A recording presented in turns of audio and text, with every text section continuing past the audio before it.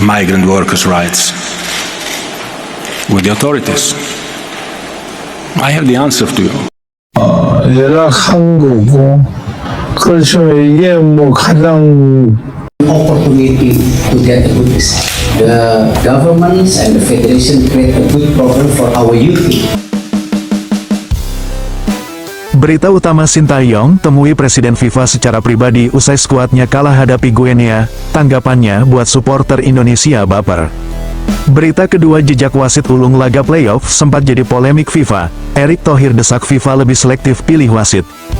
Berita ketiga PSSI resmi persiapan Piala Dunia 2026, pemain-pemain keturunan merapat, Elkan Bagot dipertanyakan.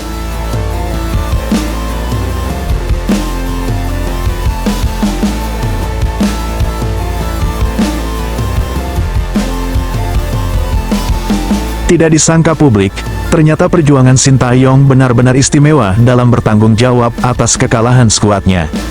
Sintayong langsung temui Presiden FIFA secara pribadi usai skuadnya kalah hadapi Guinea. Tanggapan FIFA pun ternyata buat supporter Indonesia tak kuasa baper. Banggalah dan terus selalu dukung timnas Indonesia. Kita semua tahu bahwa keputusan yang sulit harus dihadapi oleh timnas Indonesia U23 setelah mereka dipaksa menelan pil pahit dalam laga playoff melawan Guinea U23.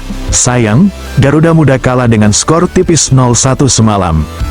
Sudah tentu, kekalahan ini membuat harapan mereka untuk lolos ke Olimpiade 2024 Paris kandas dan menutup perjuangan anak asuh Sintayong setelah tampil sangat mengesankan di Piala Asia U23 2024. Di kesempatan yang sama, diketahui, usai pertandingan, Presiden FIFA membagikan pesan kepada masyarakat Indonesia dengan memberi apresiasi kepada tim Garuda Muda meskipun mereka gagal melaju ke Olimpiade. Pesan saya kepada semua pendukung timnas di negara pecinta sepak bola Indonesia adalah bangga dengan tim Anda dan terus mendukung mereka dengan semangat yang sama karena mereka bergerak ke arah yang sudah sangat benar. Gianni Infantino juga memberikan apresiasinya pada timnas Indonesia dan berterima kasih kepada semua orang di PSSI, yang dipimpin oleh Presiden Erick Thohir atas kerja luar biasa yang telah dicapainya ini. Saya menyaksikan mereka bermain di Clairefontaine hari ini, dan dapat dikatakan bahwa tim tersebut melewatkan kualifikasi bersejarah untuk Olimpiade dengan selisih yang sangat tipis. FIFA akan terus mendukung Anda di jalur ini, imbuhnya. Walaupun terasa mengecewakan, prestasi yang diraih Garuda Muda jangan dianggap remeh. Mereka telah menjalani perjuangan yang cukup berat dalam meraih peringkat keempat di Piala Asia U23, dan nyatanya mereka mampu membuktikan bahwa mereka memiliki kapasitas dan talenta sepak bola yang tidak bisa diabaikan. Tak hanya di Indonesia, tapi seluruh dunia diramaikan oleh kegagalan Indonesia U23 karena pertandingan itu disaksikan langsung oleh Presiden FIFA. Memang kekalahan dari Guinea ini nyata membuat kita sangat sedih. Kompetisi yang ketat dan menegangkan seperti ini seringkali ditentukan oleh keputusan hakim garis. Tetapi penting bagi kita untuk tetap mendukung tim kesayangan kita. Marilah kita bersama-sama tetap menyokong timnas Indonesia U23 dan berterima kasih atas kerja luar biasanya selama ini. Selalu bangga dengan tim kita dan terus mendukung mereka dengan semangat yang sama. Selanjutnya, ternyata jejak wasit ulung dalam laga playoff Indonesia versus Guinea juga sempat menjadi polemik FIFA di masa lalu, dan menyikapi hal tersebut, Erick Thohir desak FIFA agar pihaknya lebih selektif dalam memilih wasit, karena menurut Erick hal ini sangatlah berpengaruh ke harga diri FIFA ke depannya. Kalaupun sebelumnya pendukung timnas Garuda sempat khawatir dengan wasit VAR, namun hal itu meleset nyata, pertandingan playoff ternyata tidak menerapkan teknologi VAR untuk membantu laga tersebut. Kenyataan pahit harus diterima Indonesia yang diberikan oleh wasit utamanya.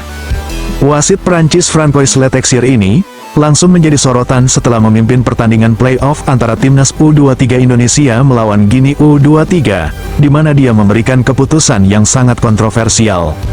Sebelumnya, Letexier pernah memberikan 4 kartu merah dalam satu pertandingan saat memimpin pertandingan Saint-Étienne melawan Le Havre pada Oktober tahun 2022 dan memberikan penalti kontroversial dalam laga antara Nice dan Nantes pada hari yang sama. Judgement Letexier ini menambah daftar panjang jejak hitam yang pernah dimilikinya.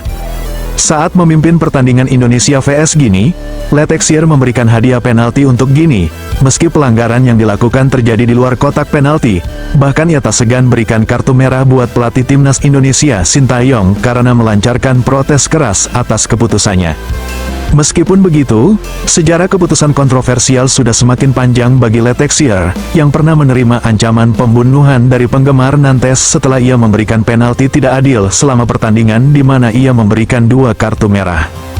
Berdasarkan data FIFA, Letexer telah memimpin hingga 307 pertandingan resmi. Selama memimpin pertandingan, dia memberikan 49 kartu merah langsung. Namun sayang, hebatnya keluar lebih dari 1.152 kartu kuning. Sosok seperti Letexer tentunya harus dicek secara cermat. Kita semua tentunya tidak ingin keputusan yang kontroversial menjadi bentuk ketidakadilan bagi peserta dan pihak-pihak terlibat dalam olahraga sepak bola. Adapun menurut pengamatan ex-wasit FIFA, tentang penalti atas ulah Dewangga, seharusnya itu tidak penalti. Bahkan, juga ada beberapa kejadian kontroversial yang lain pada laga itu. Satu di antaranya adalah penalti kedua yang diberikan oleh wasit kepada timnas Guinea U23. Ex-wasit FIFA ini berpendapat bahwa, kalau menurut penglihatan dan opini saya itu no foul no penalti. Menurutnya, ia merasa apa yang dilakukan oleh Alvendra Dewangga itu sudahlah sangat benar. Bahkan karena kejadian ini, nama Dewangga menjadi melejit menjadi pembahasan publik. Pemain PSIS Semarang itu disebut dengan bersih merebut bola dari penguasaan pemain Guinea. Bahkan ia pun dinilai cukup sangat cerdik. Pemain bernomor punggung 19 itu juga bisa menguasai bola setelah melakukan tekanan kepada pemain Guinea yang terjatuh. Karena Dewangga clear kalengnya to the ball dan berhasil to play the ball, jelasnya. Intinya, keputusan wasit ini seharusnya lebih bijaksana dan dengan cermat sebelum melakukan keputusannya. Yang sangat sayang, dari tayangan ulang, tackle Dewangga lebih dulu mengenai bola, baru setelahnya menjatuhkan pemain Guinea. Tapi dengan berat sebelah ini, tetap saja wasit memutuskan penalti. Bahkan, ia tak segan-segan untuk memberikan 2 kartu kuning dan selanjutnya kartu merah kepada pelatih Sintayong. Ini sangat mengecewakan.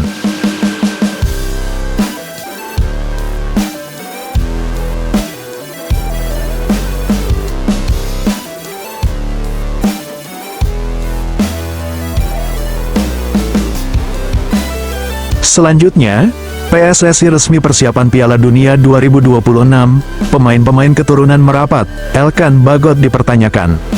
Setelah ramainya ngebahas perban di kepala Witan Sulaiman yang sempat bikin netizen salah fokus, ternyata PSSI memberikan kabar seputar pemain keturunan yang akan direkrut PSSI untuk menghadapi Piala Dunia 2026 putaran kedua Juni mendatang. Perkembangan timnas Indonesia yang dinilai beberapa pihak layak seperti bangun peradaban, hal itu memang benar adanya.